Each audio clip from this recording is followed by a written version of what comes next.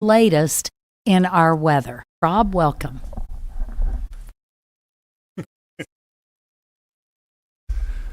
Thank you, Mayor. Good afternoon, and welcome to the first day of meteorological winter. Just have to add that. Rob Larkin, Director of Emergency Management, and we do have some rain, freezing rain, and snow combinations that will occur late this evening and throughout the early morning hours. Temperatures will be hovering around or below freezing all night, and the National Weather Service has issued a winter weather advisory in advance of this event. It will start at 9 p.m. this evening and end at 10 a.m. tomorrow morning. We are expecting 1 to 3 inches of snow and a trace of ice. We won't see any additional precipitation until probably Friday. We do not believe this weather will significantly affect tree limbs or power lines. And I don't want to get in the lanes of the rest of the public safety team here, but if I had any advice for this, as the mayor has already said, slow down. Slow down while you're driving. Watch your bridges and overpasses as they will become slick first. And of course, I'd be remiss if I didn't mention if we do have some accumulating snow to help perhaps elderly neighbors out in removing that snow and keep an eye on your pets. Thank you so much. Yes. Thank you very much, Rob. Now, our other Rob, Rob Allen, who's our Director of Streets and Roads, is here to give us an update on what his crews are doing. They hit the streets this afternoon, I believe, and I think you've already started your pre-treating, but why don't we just hear from you? Welcome. Thank you, Mayor. As the mayor mentioned, we did have crews out pretty much first thing this morning, starting to pre-treat critical areas. Of course, that's always a balance when we have a mix of rain and snow coming in. These crews will continue to pre-treat rank roads on the snow plan until relieved by a full shift this evening of our snow crews. Contractors have been activated, and they will participate in snow removal with us. We believe this will be a service level 1 event, as Director Larkin mentioned, less than 4 inches of snow, probably looking at 1.5 inches with a touch of glazing of ice. As far as salt goes, we have over 10,000 tons on hand, and we have over 10,000 gallons of brine and beet heat already pre-mixed, and the ability to make quite a bit more as needed. Thank you. Thank you very much, Rob. Next, I want to welcome to the podium Lexington's Police Chief Lawrence Weathers. Chief, welcome.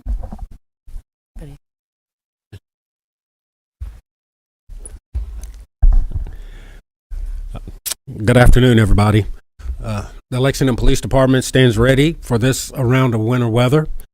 We will be adjusting our staffing levels to ensure we are ready to respond to weather-related incidents and calls for service. Our specialized traffic control equipment has been prepared and is ready to deploy.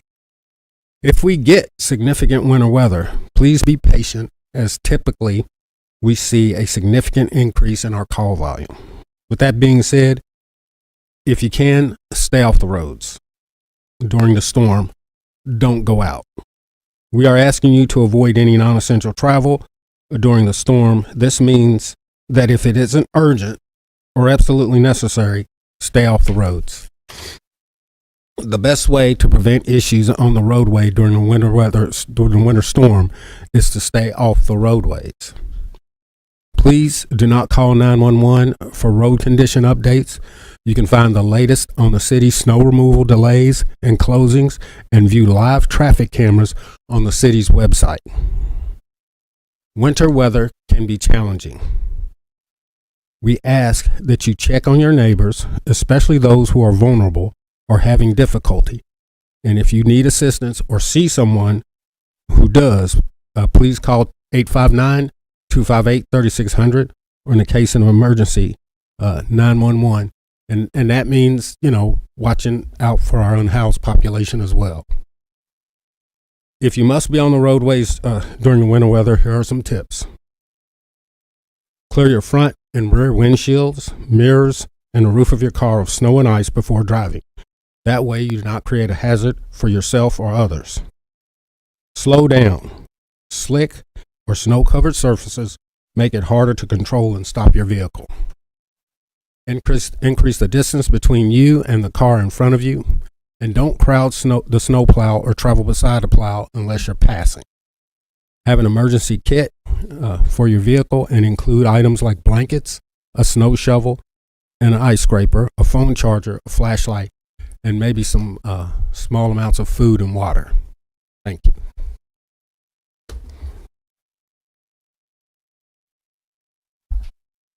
Thank you very much, Chief Weathers.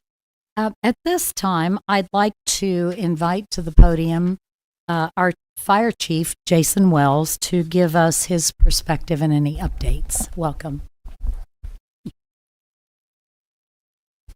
Thank you, Mayor. Good afternoon. The Division of Fire is making the following preparations. We are maintaining a list of members for callback in the event that becomes necessary.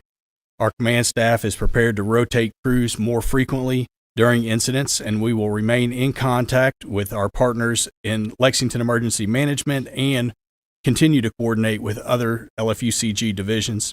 And our fire inspectors are available and prepared to come back in and cover lower acuity calls if our call volume increases during the storm.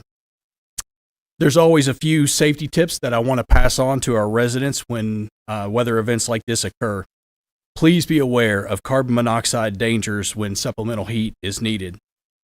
Remove any ashes from wood-burning stoves and fireplaces, but do not place them in combustible refuse bins. Continue to check on your neighbors. Try your best to keep sidewalks clear of snow and ice to avoid falls.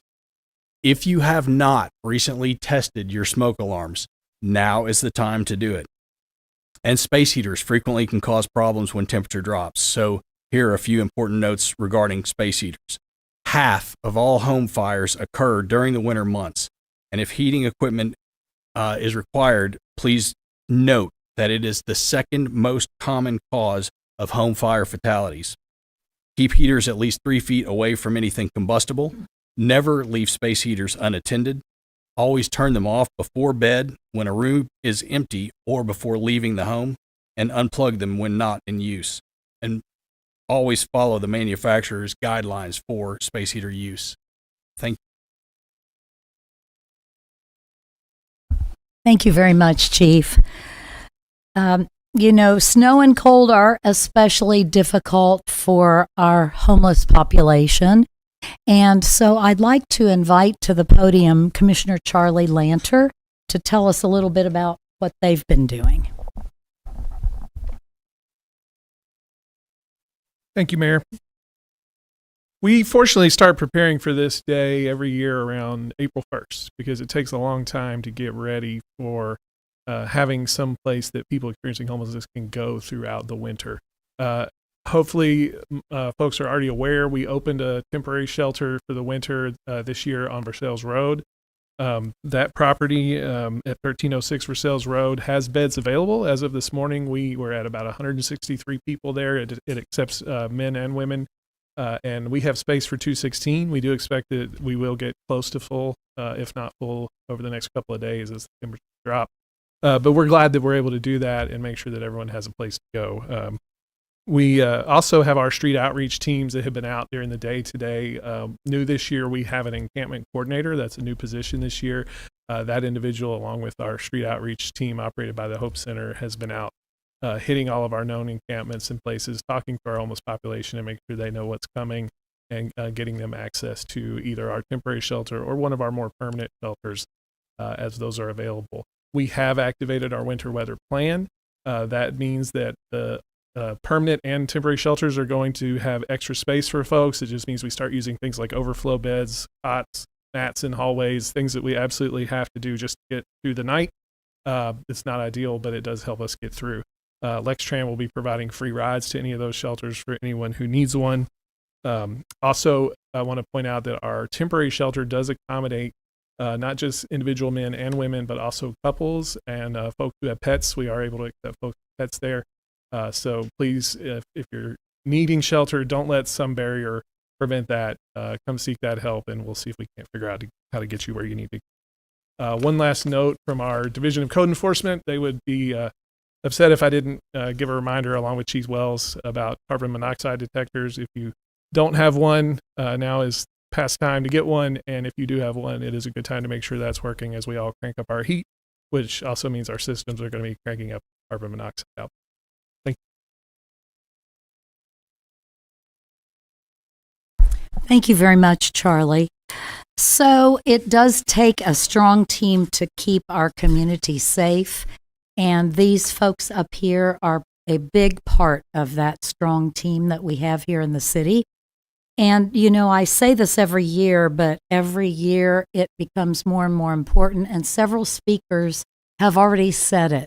Look out for your neighbors, particularly if you have neighbors whom you know can't get out by themselves. Take care of your pets, bring them in, and slow down on the roads and be prepared. So I wanted to give our website, lexingtonky.gov, and folks can go on there. We keep constant updates about the snow updates, and we also have our social media pages very active during this time. So we have lots of folks who can ask questions. So I'll ask our media partners if you have any questions.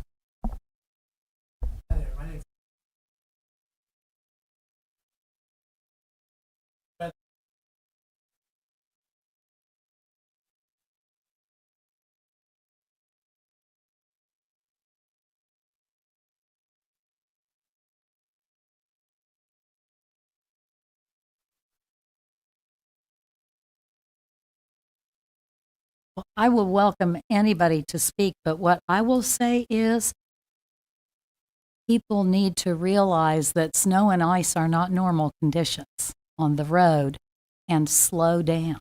That is a key, I think, to everything, because you can't just automatically go as fast as you normally would. So there's a lot of responsibility on our drivers who have to be out to do that, and to help us be a safer city when they're not zipping down the road like normal. So I'll welcome any other comment if anybody has anything. Chief Weathers. All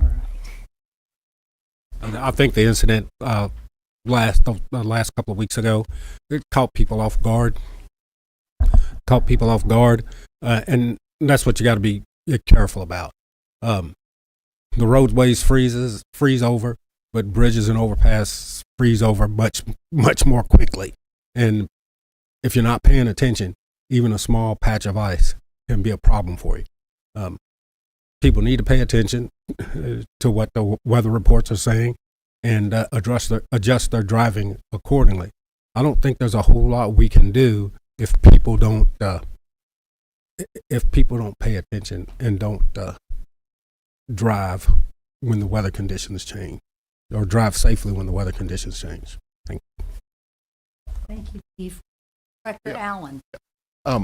In response to your question, we have actually going to increase our percentage of beat heat to help with refreezing. That is a concern. That was an issue a couple weeks ago, was the glazing on the road. Folks do need to remember, of course, if you see bare pavement, there is a possibility of black ice and refreezing, and pay attention to the temperatures and drive according to conditions. And Director Allen just told me something that you would think would be common sense. Don't use your cruise control on ice and snow. It doesn't work very well. So what other questions do you have? Yeah.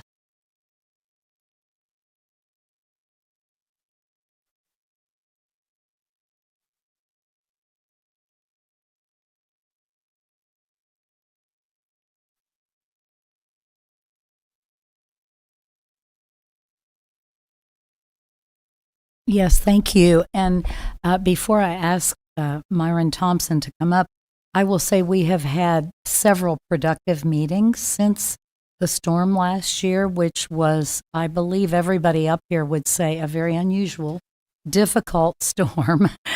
And so we continue our really good collaboration with the school system, and I'll invite you to say a few words. Certainly. Thank you, Mayor. Since that event, we have had ongoing conversations and dialogue. We've had a recent change in vendors for our routing. So we've tried to not only provide more timely information to the city, but better information in terms of the GIS programming and things like that. Just a few months ago, back before school even started, we were anticipating this day. And so we've been talking about it for some time now and collaborating with Nancy and her team. And so I think the communication is an ongoing process. It's a continuing dialogue, but I feel very confident that we've provided information and they've sent information back to us, and we're just comparing back and forth. And then in terms of us internally, we will start our process in the morning and sort of evaluate how the road conditions look and just to see if we think from our perspective if the buses and the students can get to school safely.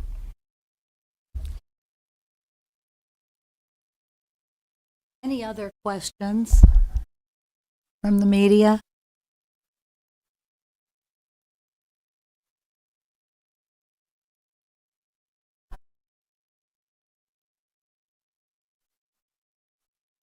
Now that's a great question. Who knows the answer? Commissioner Albright. I bet she knows. Thank you for the question. The answer is probably not a great one because I know everybody really likes to know when was my road last treated or when will it be treated next. And unfortunately, what we figured out was that system that we had online was full of a lot of bugs and delays and gaps in communication. And so we pulled it offline while we looked for a new system.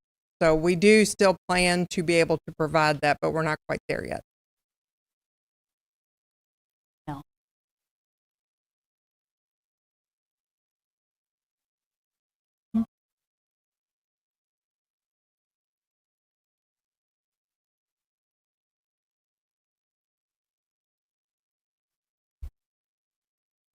Commissioner, would you like to speak to that? We have quite a few new things. Quite a few new things.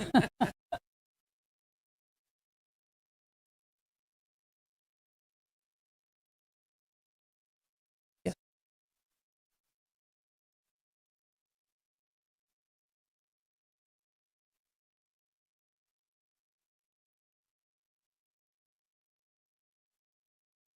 Okay.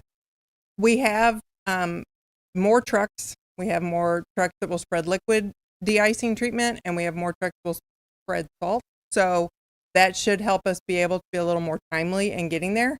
To the point that everyone else has made, though, that does a treated road doesn't mean it's dry or clear. So we still have to be careful, but we will be able to get to the roads more quickly. We have additional resources from within the city. More staff from some of our other divisions like Parks and Recreation are coming to help during winter. And we also have more contract trucks.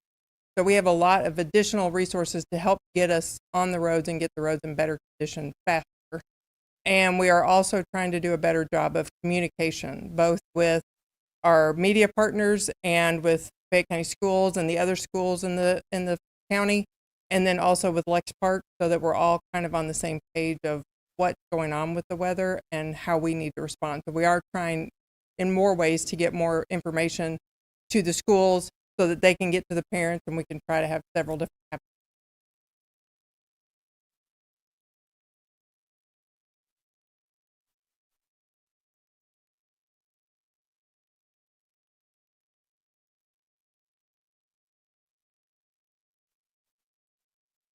Well, the thing that stood out to me in the moment last year, and as the mayor said, it was unusual. As a lifelong resident, we have one of those really unusual storms every few years, and they are hard to address because we don't see them very often to a certain extent. So we do the best we can when that situation arises, and I think those changes that we've made while trying to be fiscally responsible about it have helped us be better prepared. And then if we have another snow lasagna, we'll have to figure out additional resources. We have talked with some of our contractors who do have things like bulldozers and other things, other tools that can help with ice if we really need.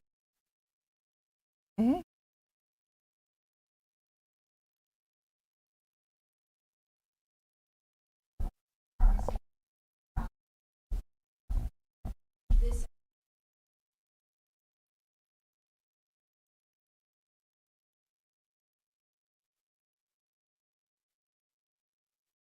I haven't had a chance to talk to the staff, but I know every time we do that, there's always at least several.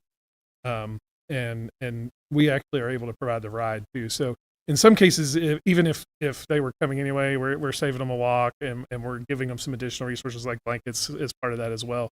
I don't have an exact number, but we were at 163 last night, and I would suspect they're going to bring in at least a dozen or more, and that's just the ones we bring in. We'll have more. It'll hold 200.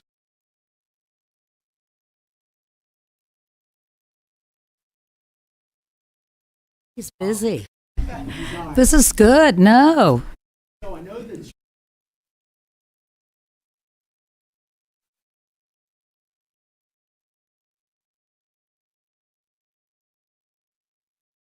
Yes.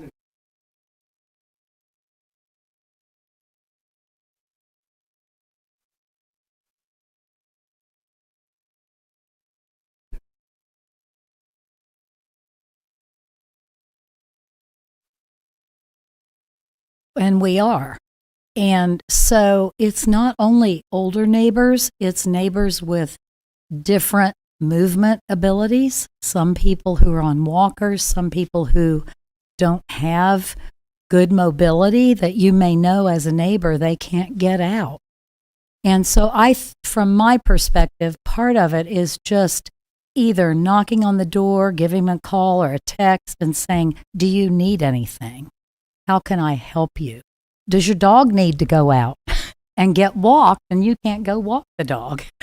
I mean, there are many ways that neighbors take care of neighbors. And I think that that's what all of us who are able to help our neighbors should be thinking about. You know, can we help meet their needs if they cannot get out at all?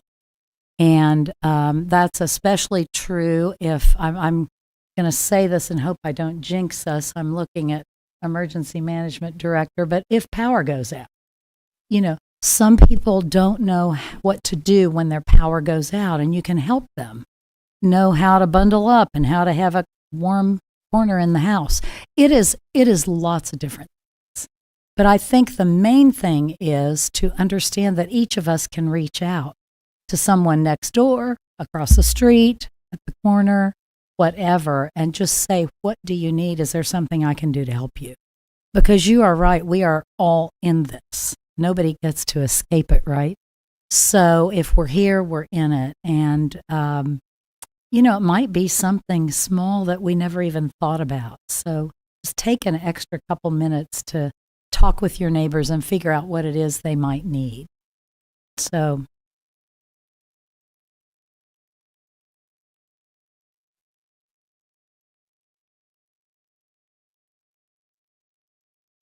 well, 25% of our population right here in Fayette County is over 55. So that tells you something right there. And I think that Lexington is the kind of city that does step up. And people like to help people. And I know that in the past when we've been able to get out and go to the grocery, we've asked all our neighbors, do you need anything while we're out? It's very simple things, and it helps everybody.